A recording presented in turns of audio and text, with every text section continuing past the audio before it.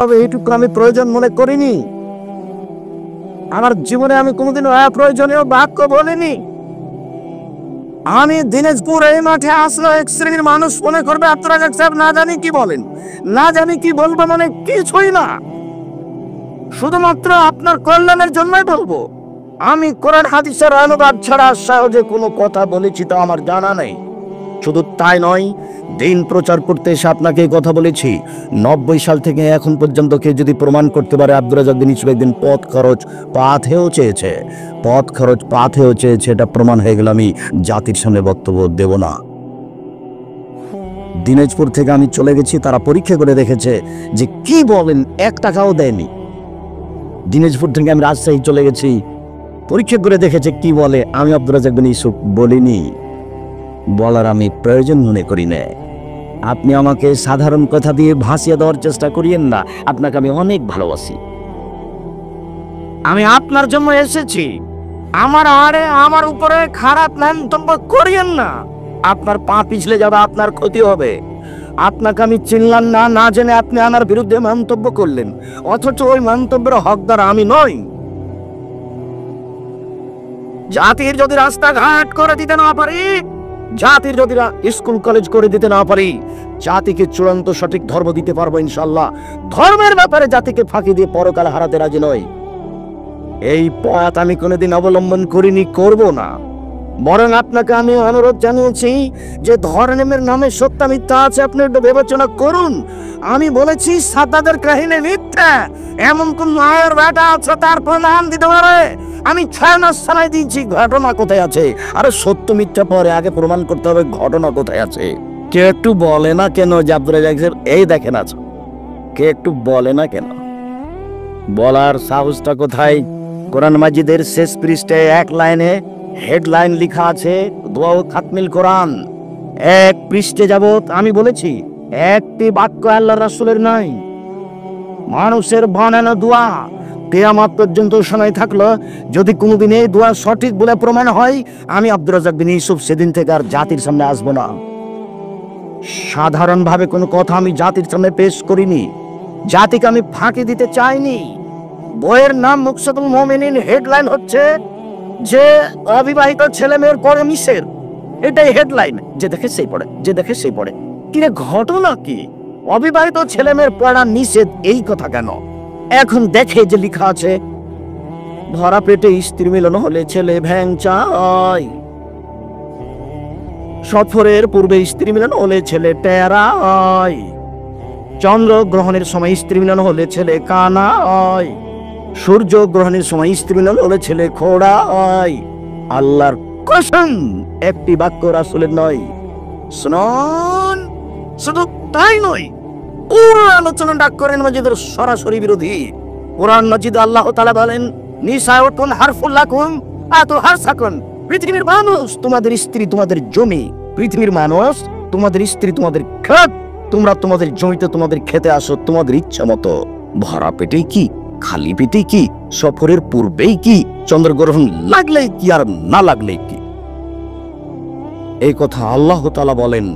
শুনুন, আপনাকে আমি একটু ধৈর্য ধারণ করার জন্য অনুরোধ জানাচ্ছি। সম্মানিত দিনী ভাই বোন, কম পয়সা দান করে, বেশি পয়সা দান করে, আমি তার জন্য জান্নাত প্রস্তুত করেছি। 2, রাগকে থামাতে পারে। লাইসা সাদিবু বিশুরা, আছাড় দিয়ে ফেলে দিতে পারলে মানুষ শক্তিশালী হয় না। আল্লাহ নবী বলছেন, আল্লাযী ইয়ামলাকু নাফসাহু ইনদাল গাযাবে, রাগের সময় যে নিজেকে থামাতে পারে তার নাম শক্তিশালী। হাদিস বুখারী মুসলিম। কম রাগ, অধীনস্থ লোকটাকে মনে হচ্ছে একবারে এথলে দি, পা দিয়ে ডলে দি। এরকম সময়ে যে নিজেকে থামাতে পারে, আমি আল্লাহ তার জন্য জান্নাত প্রস্তুত করেছি। ওয়ালাফিন আলিন নাস, মানুষকে যে মাফ করতে পারে। অধীনস্থ ছেলেটা, আহমাদ জি কোথায় গেছিলি? আহমাদ জি নেই, আহমাদ জি, আহমাদ নেই। অনেকক্ষণ পরে, জি কোথায় গেছিলি? ভুলে গেছি। তো দাঁত হয়ে গেল, ওগুলো আবার কি? যখন ভুল হয়েছে বলেছে তখন আর কোনো বাক্য ব্যবহার করিয়েন না, ওর ভুলটাই তাকে চলতে দেন। মানুষ কোরআন মাজিদ পড়ে না। যারা তাফসির মাহফিল করাই যারা, তারাও বুঝতে পারেনি কি জিনিস, আর যারা করে তারাও বুঝতে পারেনি কি জিনিস। মহান আল্লাহ বলেন, পৃথিবীর মানুষ, তোমরা মানুষকে মাফ করতে শিখো। আমি আল্লাহ তোমাদের জন্য জান্নাত প্রস্তুত করেছি। 3 শ্রেণীর মানুষের জন্য আমি জান্নাত প্রস্তুত করেছি। 1, দান করে যে। 2, রাগকে থামাতে পারে যে। 3, মানুষকে মাফ করতে পারে যে। একটু ধৈর্যের পরিচয় দিয়ে কথা শোনার চেষ্টা করুন, আমাদের পক্ষ থেকে জোরালো অনুরোধ রইল। সম্মানিত দিনী ভাই বোন, কোরআন মাজিদে শেষের যেটুকু কথা আছে সেটুকু হলো কিছু বিধান। কিভাবে সালাত আদায় করতে হবে, কিভাবে যাকাত দিতে হবে, কিভাবে সিয়াম পালন করতে হবে, কিভাবে হজ করতে হবে, কিভাবে যুদ্ধবিঘ্নে যেতে হবে, কিছু নিয়ম কানুন আছে। তারই ফাঁকে ফাঁকে জাহান্নাম জান্নাত, তারই ফাঁকে ফাঁকে জাহান্নাম জান্নাত, তারই ফাঁকে ফাঁকে জাহান্নাম জান্নাত। এইভাবে পুরো কোরআন মাজিদ 30 পারা, তার সংক্ষিপ্ত কয়েক মিনিটে আপনার সামনে একটা সংক্ষিপ্ত বিবরণ পেশ করলাম। এই হচ্ছে কোরআন মাজিদ। কোরআন মাজিদ। আবু মুসা আশআরী রাদিয়াল্লাহু তাআলা আনহু বলেন, রাসূল সাল্লাল্লাহু আলাইহি ওয়াসাল্লাম বলেছেন, আল কোরআনু হুজ্জাতুন লাকা আলাইকা। কোরআন তোমার পক্ষেও হতে পারে, কোরআন তোমার বিপক্ষেও হতে পারে। বিচারের মাঠে কোরআন আপনার পক্ষে দাঁড়াবে, কোরআন বিপক্ষেও দাঁড়াতে পারে। খুব জটিল কথা। হাদিস বুখারী মুসলিম। হাদিস বুখারী মুসলিম মানে আমার কথাটা বুঝতে পারেননি। যখন আমি বলেছি বুখারী মুসলিম, তখনই আমি এই কথা বলেছি। আম গাছে জাম ধরতে পারে, ধরে না। অমাবস্যা রাতে চাঁদ উঠতে পারে, উঠে না। সুয়ের ছিদ্র দিয়ে লাঙ্গলের ফল ঢুকতে পারে, ঢোকে না। সুয়ের ছিদ্র দিয়ে লাঙ্গলের ফল ঢুকে যেতে পারে। আম গাছে জাম ধরে যেতে পারে, অমাবস্যার রাতে চাঁদ উঠে যেতে পারে, এগুলো ঘটে যেতে পারে। আমি যে কথা বললাম এতে সন্দেহ আছে বলে কিয়ামত পর্যন্ত চেষ্টা করলে সরিষা ঢোকানো যাবে না। যা বলছি তাই থাকবে, তার নাম বুখারী মুসলিম। আমি যখন কোনো অনুবাদ ব্যাখ্যা করেছি তখন আমি এই কথা বলিনি। যখন বুখারী মুসলিম বলেছি তখনই আমি এই কথা বলেছি। কোরআন মাজিদ বিচারের মাঠে আপনার পক্ষে কথা বলবে। আমি কি দিয়ে বুঝাই এটা কত বড় সুবিধা। কয়েকটা জিনিস বিচারের মাঠে কথা বলবে আপনার পক্ষে। তার একটা হচ্ছে আঙ্গুল। যে আঙ্গুলে তাসবিহ গণনা করেছেন, তাসবিহ দানায় তাসবিহ গণনা করিয়েন না, অনুরোধ রইল। আঙ্গুলে তাসবিহ গণনা করেন। আঙ্গুল বিচারের মাঠে আপনার আপনার পক্ষে কথা বলবে। একজন বৃদ্ধ মানুষ বলছেন, আব্দুর রাজ্জাক সাহেব থামেন থামেন থামেন, আমি বৃদ্ধ মানুষ, তাসবিহ দানা ছাড়া গণনা করতে পারি না, তাই আমি তাসবিহ দানা দিয়ে গণনা করি। আঙ্গুলে করলে ভুল হয়। মুরব্বি, আপনাকে সম্মান সহকারে বলছি, আপনি আঙ্গুলে তাসবিহ গণনা করুন। জীবনে যদি একদিনও ঠিক না হয়, প্রতিদিনই যদি ভুল হয়, তবু নাকি পাবেন। কেন? এইটাই রাসূলের দেওয়া বিধান। অতএব আঙ্গুল বিচারের মাঠে আপনার পক্ষে কথা বলবে। কালো পাথর হাজরে আসওয়াদ, যদি আপনার টাকা বৈধ হয়ে থাকে, হজ করে থাকেন, তাহলে কালো পাথর বিচারের মাঠে আপনার পক্ষে কথা বলবে। বিচারের মাঠে কথা বলবে আপনার ওই ছোট বাচ্চা ছেলে মেয়ে, যেগুলো আপনার স্ত্রীর পেটে মারা গেছে 4 মাস 6 মাস পরে, যেগুলো আপনার জন্ম নিয়েছে মরা অবস্থায়, যেগুলো মরার জন্মের পরে 2-4 বছর 6 বছর 5 বছর বয়সে মারা গেছে, এরা আপনার বিচারের মাঠে পক্ষে কথা বলবে। আপনাকে আমি বুঝাতে পারিনি এটা কত বড় সুবিধে। দিনাজপুর শহরে এসে ওই গ্রামের একটা লোক ভ্যান নিয়ে আটকা পড়েছে।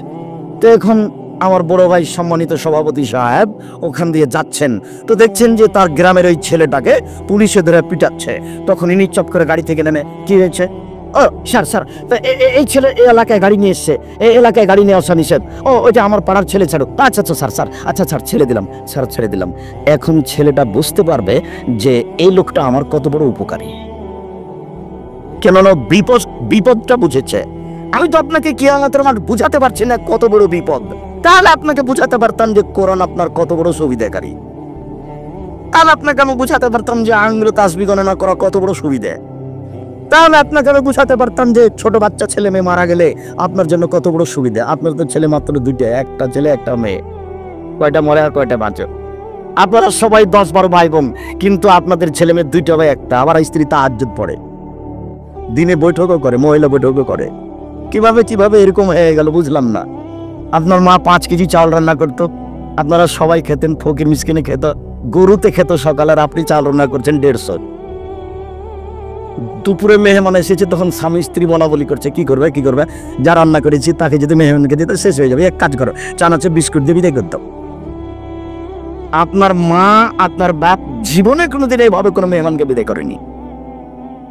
আপনার বাপের স্বভাব আমি কত নকল করেছি, যে আপনার বাপ যখন মসজিদ থেকে বের হতেন এসার টাইমে, তখন দেখতেন মসজিদের কোনো কোনায় কেউ বসে আছে নাকি, ওই যে একটা মুরব্বী বাড়ি কোথায়, নোয়াখালী, খাওয়া দাওয়া করেছেন, জি না, চলেন।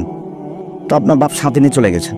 আপনার মা জানতেন যে মেহমান মসজিদ থেকে ধরে নিয়ে আসতে পারে, আপনার মা কোনোদিন ভারী মনে করেনি। আর আজকে যদি আপনি একটা বড় উচ্চ শিক্ষিত মানুষকে সাথে নিয়ে যান রাত 10টা 11টার সময়, তার যদি বউকে বলেন যে একটু মেহমান আছে, তাহলে তো একবারে নাক শিখে, তুমি সময় পাও না, তোমার হিসাব নেই। বউ আমি তালাক দিতে বলিনি, তুমি পরামর্শ দিতে বলেছি, পরামর্শ দিয়েছি। আমি বলেছি আপনার স্ত্রীকে আপনার মায়ের স্বভাবে ফিরে যেতেই হবে, আর আপনাকে আপনার বাপের স্বভাবে ফিরে যেতেই হবে যে কোনো মূল্যে। টাকা পকেটে আছে, তারপরেও কোন স্বভাবে বললেন যে মাফ করো? বাড়ি থেকে আপনার স্ত্রী এইভাবে 50টা 5 টাকা নোট, 10টা 10 টাকা নোট পকেটে বের করে দিবে, আপনার স্ত্রী বলে দিবেন, শোনেন খুচরা টাকা পকেটে নিয়ে যান তো, যত মানুষ আসবে 5 টাকা 10 টাকা করে দিতে থাকবেন। এ কোন অভ্যাস যে মাফ করেন? আপনার মা নিজে বলতেন আপনার বাপকে যে একটু ফকির মিসকিন কয়দিন থেকে আসে না, মানে হচ্ছে একটু ভাগ দেওয়ার মন চাচ্ছে, খেতে দেওয়ার মন চাচ্ছে। আর আপনার স্বভাব, ভোকাল সমাজে যদি একজন ফকির বসে আছে দরজায়, আপনি মোটর সাইকেল নিয়ে ঢুকছেন, খুব অসুবিধা, তখন আপনি বলছেন সরো তো সরো, তাড়াহুড়ার সময় রাস্তা ঘেরে আছে। আপনার মার স্বভাব এরকম আর আপনার স্বভাব এরকম, ভালোবাসা কিভাবে আপনি পাবেন আল্লাহ বিবেচনা করুন। সম্মানিত দিনী ভাই বোন, শোনান, কোরআন পক্ষেও কথা বলতে পারে, কোরআন বিপক্ষেরও কথা বলতে পারে, বিপদ ঘনিয়ে আসছে।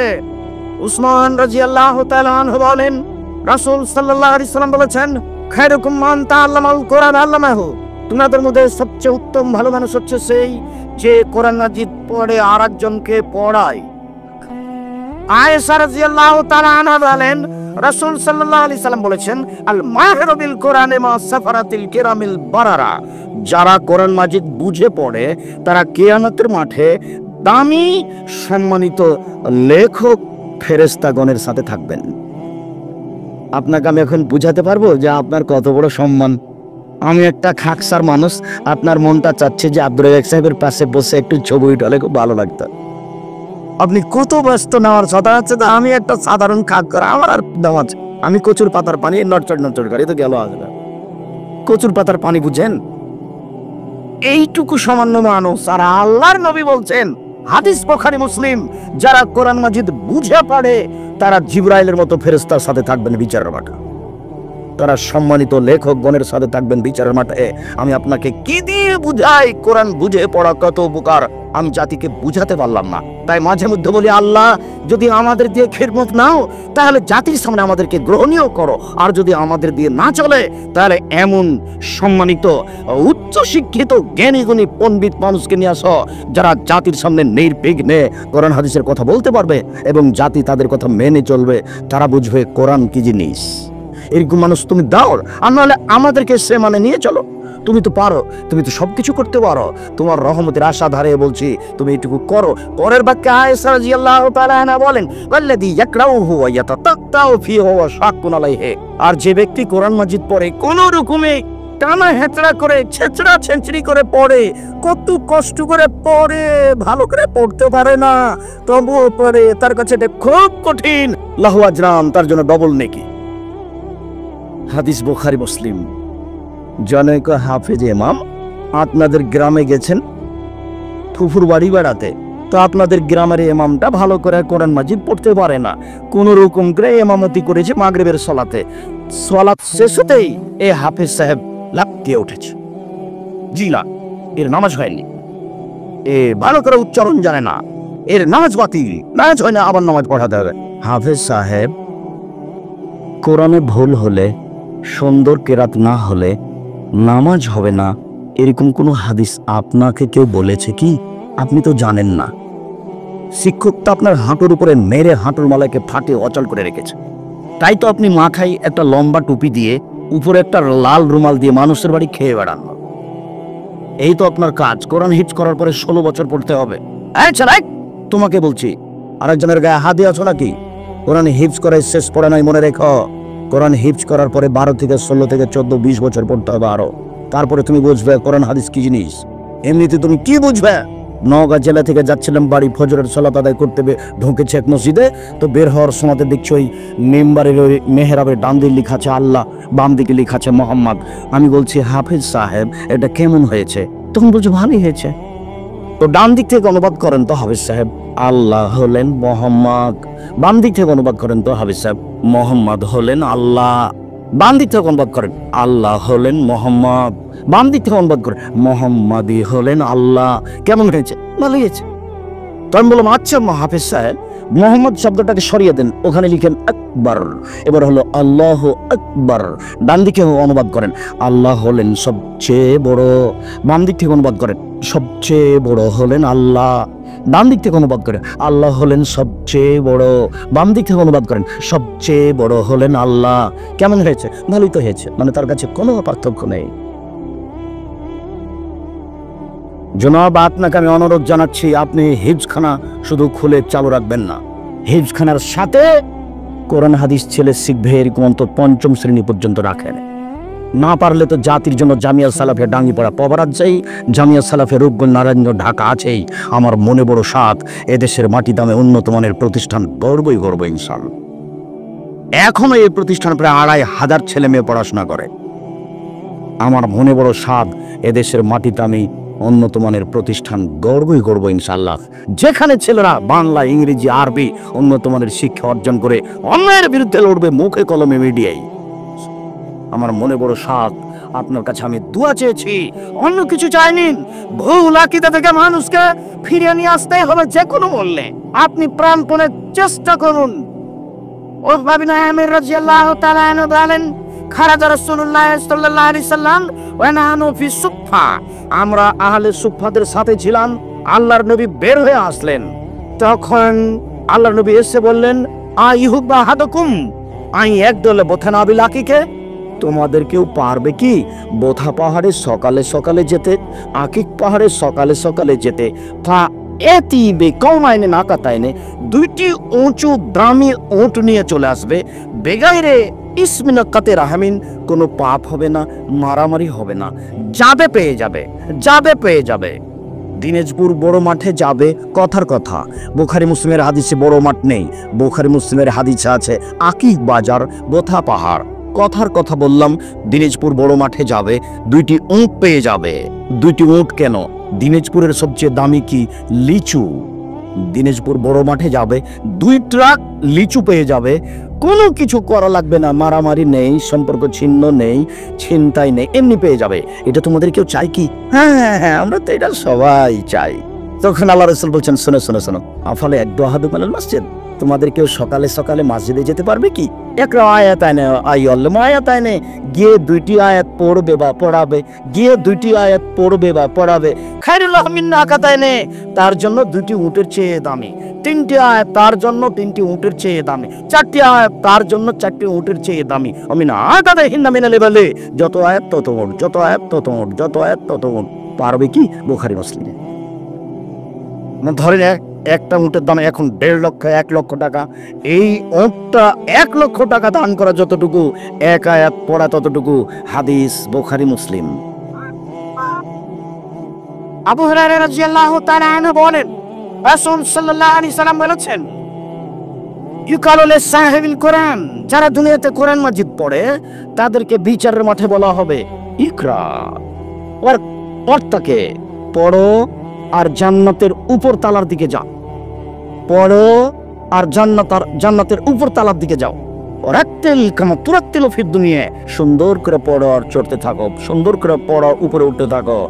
ইন্না মানজালাকা আখিরা আয়াতিন তাকরাউহা, পড়তে পড়তে পড়তে পড়তে যেটা তোমার শেষ আয়াত হবে সেটাই তোমার থাকার জায়গা। পড়তে পড়তে পড়তে পড়তে যেটা তোমার শেষ আয়াত হবে সেটাই হলো তোমার থাকার জায়গা। এ কথা মুহাম্মদ সাল্লাল্লাহু আলাইহি সাল্লাম বলে। সম্মানিত দিনী ভাই বোন, রাসূল সাল্লাল্লাহু আলাইহি সাল্লাম বলেন, ইকরাউল কোরআনা ফাইন্নাহু শাফিউন ইয়াউমাল কিয়ামা, তোমরা কোরআন মাজিদ পড়ো, বিচার মাঠে কোরআন মাজিদ তোমাদের পক্ষে কথা বলবে। রাসূল সাল্লাল্লাহু আলাইহি সাল্লাম বলেন, ইউতা ইয়াউমাল কিয়ামা বিল কোরআনে ওয়াল্লাযিনা ইয়ামালুনা বিহি ওয়া ইয়াকরাউনা বিহি। বিচার মাঠে কোরআন মাজিদকে নিয়ে আসা হবে, আর যে পড়ে তাকে নিয়ে আসা হবে। এক খেলে চেয়ে থাকবেন, নড়াচড়া করবেন না। এই ছেলে তোমাকে বলছে, তুমি কারো গায়ে হাত দিয়ে বসে থাকো না, একবারে প্রস্তুত রেডি, পাখি যেন মনে করে তুমি পাথর। এইভাবে এক খেলে চেয়ে থাকবা। বিচার মাঠে আল্লাহ কোরআন মাজিদকে নিয়ে আসবেন আর আপনাকে নিয়ে আসবেন। সূরাতুল বাকারা আল ইমরান, সবার আগে আসবে সূরা বাকারা সূরা আল ইমরান, সবার আগে আসবে সূরা বাকারা সূরা আল ইমরান, সবার আগে আসবে সূরা বাকারা সূরা আল ইমরান। তাজামিলি আসাবেহিমা, দুইজনের পক্ষে আল্লাহর সাথে তর্ক ঝগড়া লাগিয়ে দিবে। তর্ক, আল্লাহ বলবেন না এ পাপী জাহান্নামে যাবে। সূরা বাকারা সূরা আল ইমরান বলবে জি না, কখনো হতে পারে না, এদেরকে আগে জান্নাতে দিতে হবে, তারপরে কোনো কথা। তার নাম তর্ক, তার নাম ঝগড়া, তুমুল তর্ক লাগিয়ে দিবে। সূরা বাকারা আর সূরা আল ইমরান আপনার পক্ষে হয়ে।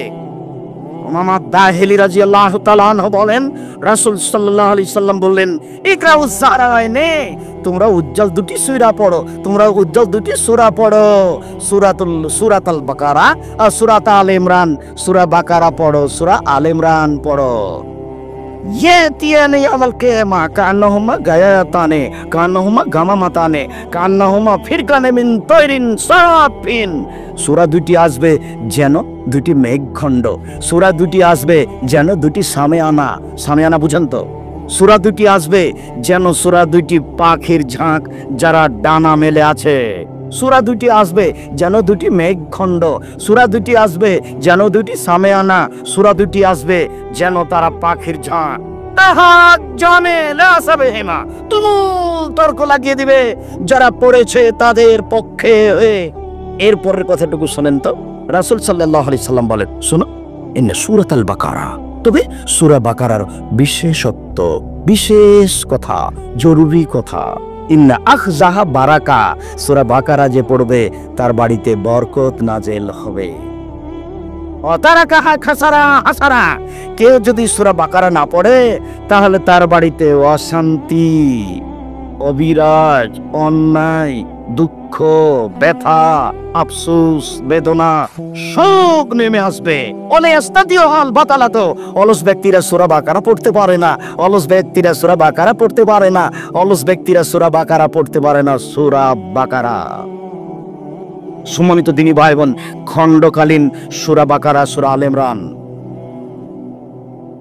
আবু হুরায়রা রাদিয়াল্লাহু তাআলা আনহু বলেন যে আল্লাহর নবী আমাকে ফিতরার সম্পদ, চাউল, গম এগুলো দেখাশোনা করতে বললেন। আবু হুরায়রা, জি তুমি এই যাকাতুল ফিতরা পাহারা দাও তো। আবু হুরায়রা, আচ্ছা ঠিক আছে আল্লাহর নবী দিচ্ছি। রাতে চোর আসলো, ব্যাগের জিনিসগুলো ভরতে লাগলো, আমি চোরকে ধরে নিলাম। তখন চোর বলছে, আমি গরিব মানুষ, আমি গরিব মানুষ, আমাকে দয়া করে ছেড়ে দেন, আমার অনেক ছেলে মেয়ে আছে। আমার অন্তরে দয়া হলো, আমি ছেড়ে দিলাম। সকালে রাসূলের সাথে দেখা, আল্লাহ রাসূল বলেন, আবু হুরায়রা, জি চোরের সাথে কি করেছ? আল্লাহ রাসূল ওই বলছে যে আমি গরিব মানুষ, আমার ছেলে মেয়ে আছে, আমি ছেড়ে দিয়েছি। তখন আল্লাহ রাসূল বলছেন, আচ্ছা ও মিথ্যা কথা বলেছো, আবার আসবে। পরের দিন ঠিকই ও এসেছে, ব্যাগে জিনিস ঢোকাচ্ছে, আমি ধরে নিলাম। তখন আমাকে বলছে, আর আসবো না, আর আসবো না, ছেড়ে দেন, ছেড়ে দেন, আর আসবো না, আর আসবো। তো ছেড়ে দিলাম। সকালে দেখা, আবু হুরায়রা, জি চোরের সাথে কি করেছো? আল্লাহ রাসূল ও বলছে যে আমি আর আসবো না, আমি আর আসবো না, আমি তাকে ছেড়ে দিয়েছি। কেউ যদি আপনার সাথে এরকম কথা বলে, ভুল স্বীকার করে, তাহলে আপনি তাকে ছেড়ে দিবেন। ভুল স্বীকারের পরে তার বিচার করতে যায় না। তখন আল্লাহ রাসূল বলছেন, দেখো ও মিথ্যা কথা বলেছে, ও আবার আসবে। পরের দিন দেখি ঠিকই ও এসেছে, ব্যাগে জিনিস ঢোকাচ্ছে, আমি ধরে নিলাম।